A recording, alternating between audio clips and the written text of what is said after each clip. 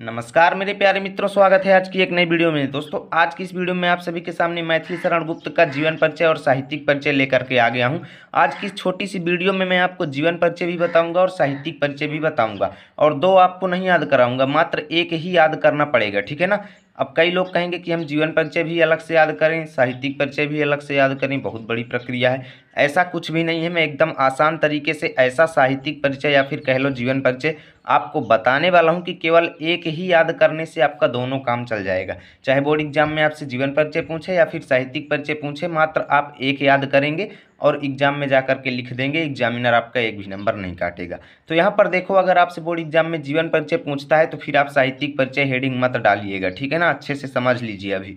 और अगर आपसे साहित्यिक परिचय पूछेगा तो फिर जीवन परिचय हेडिंग भी डाल करके इतना लिखना है, और उसके बाद साहित्यिक परिचय में भी आपको इतना लिखना है, ठीक है ना। कहने का मतलब, जीवन परिचय जब पूछेगा तो बस हमें इतना नहीं लिखना, साहित्यिक परिचय और बाकी चीज़ें हमें पूरी लिखनी है, ठीक है ना। तो चलिए देखते हैं कैसे हम इनका लिखेंगे जीवन परिचय, एकदम अच्छे तरीके से एक एक चीज़ को अच्छे से एक्सप्लेन करते हैं। तो यहाँ पर देखो, मैथिली शरण गुप्त का जन्म चिरगांव जिला झांसी में सन 1886 ईस्वी में हुआ था। कब हुआ था? 1886 ईस्वी में चिरगांव जिला झांसी में हुआ था। यानी कि चिरगांव कहाँ पर पड़ता है? झांसी जिला में, ठीक है ना। इनके पिता का नाम सेठ रामचरण गुप्त था।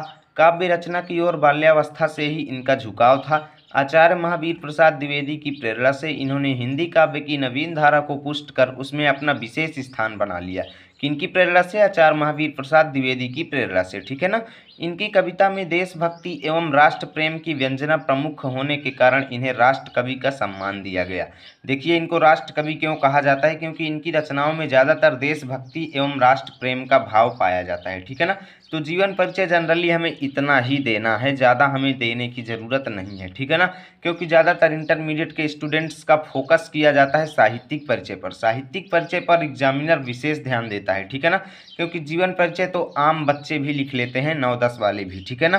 क्योंकि 9-10 में ही जीवन परिचय पूछा जाता है। साहित्यिक परिचय जनरली इंटरमीडिएट के स्टूडेंट्स से पूछा जाता है। तो आप सभी का जो विशेष ध्यान देना है वो साहित्यिक परिचय पर देना है। इसी को अच्छे से आपको एक्सप्लेन करना है, जो कि मैंने यहाँ पर बना करके लिखा है। बहुत ही अच्छा साहित्यिक परिचय मैंने बनाया है कि कोई भी एग्जामिनर देखते ही प्रसन्न हो जाएगा और पूरे 5 अंक आपको दे देगा, ठीक है ना।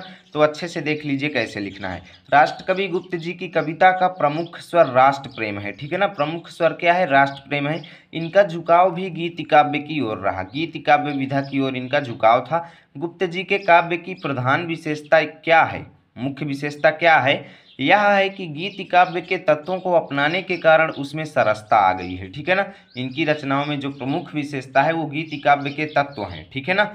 अपने काव्यों की कथा वस्तु गुप्त जी ने आज के जीवन से न लेकर प्राचीन इतिहास अथवा पुराणों से लिया है। इन्होंने जो रचनाएं किया उसकी जो समीक्षा किया वो उन्होंने आज के जीवन से नहीं लिया, जबकि पुराने इतिहासों और पुराणों को अपना करके लिया, ठीक है ना। गुप्त जी की भाव व्यंजना में सर्वत्र ही जीवन की गंभीर अनुभूतियों के दर्शन होते हैं। गुप्त जी की भाषा के बारे में भी थोड़ा बहुत बताएंगे, क्योंकि साहित्यिक परिचय में जनरली ध्यान क्या दिया जाता है?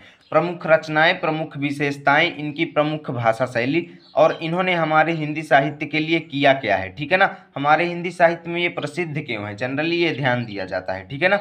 तो गुप्त जी की भाषा सरल, सुसंगठित, प्रसाद तथा ओज गुण से युक्त खड़ी बोली है। इनकी मृत्यु सन 1964 ईस्वी में हो गई। अब देखिए कितना बड़ा मतलब हो चुका है। 80 शब्द के लगभग ये ज़्यादा ही होगा, 80 शब्द से कम नहीं होगा। तो कम से कम इतना तो आपको लिखना ही है भैया, क्योंकि आप इंटरमीडिएट के स्टूडेंट हैं, हाई स्कूल के नहीं है कि आप 2 लाइन 4 लाइन लिख के आएंगे तो आपको 2 अंक पूरे मिल जाएंगे। यहाँ पर आपको 5 अंक मिलने वाले हैं, तब आपको कम से कम 80 शब्द तो लिखना ही पड़ेगा, अधिक से जितना लिख सकें आप, ठीक है ना। प्रमुख रचनाओं में देखिए आपको 8 से 10 रचनाएं एक्सप्लेन कर देना है। रचनाएं तो बहुत होती हैं, ठीक है ना। हम तो पूरा तो एक्सप्लेन करेंगे नहीं, तो कुछ कुछ लिख देंगे। जैसे साकेत हो गया, भारत भारती हो गया, यशोधरा हो गया, द्वापर हो गया, पंचवटी हो गया, सिद्धराज हो गया, जयद्रथ वध हो गया, अनघ हो गया इत्यादि, ठीक है ना। बहुत सारी रचनाएं हैं जिनका यहाँ पर वर्णन करना संभव नहीं है, ठीक है ना। तो यहाँ पर देखिए इस तरीके से आपको लिखना है इनका पूरा साहित्यिक परिचय और जीवन परिचय, ठीक है ना। इसका पीडीएफ चाहिए तो टेलीग्राम पर चले जाना भैया, ठीक है ना। मैं आपको बता रहा हूँ, टेलीग्राम पर चले जाना, वहाँ पर लर्न विथ आरपी सर्च कर देना, चैनल आ जाएगा। वहाँ पर आपको फाइल्स पर जा कर के देख लेना है, सब कुछ एकदम अच्छे से इसकी पूरी पीडीएफ आपको मिल जाएगी बनी बनाई, ठीक है ना।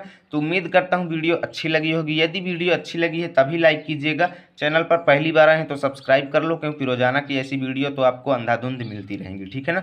मिलेंगे आपके साथ नए वीडियो में, तब तक के लिए जय हिंद जय भारत।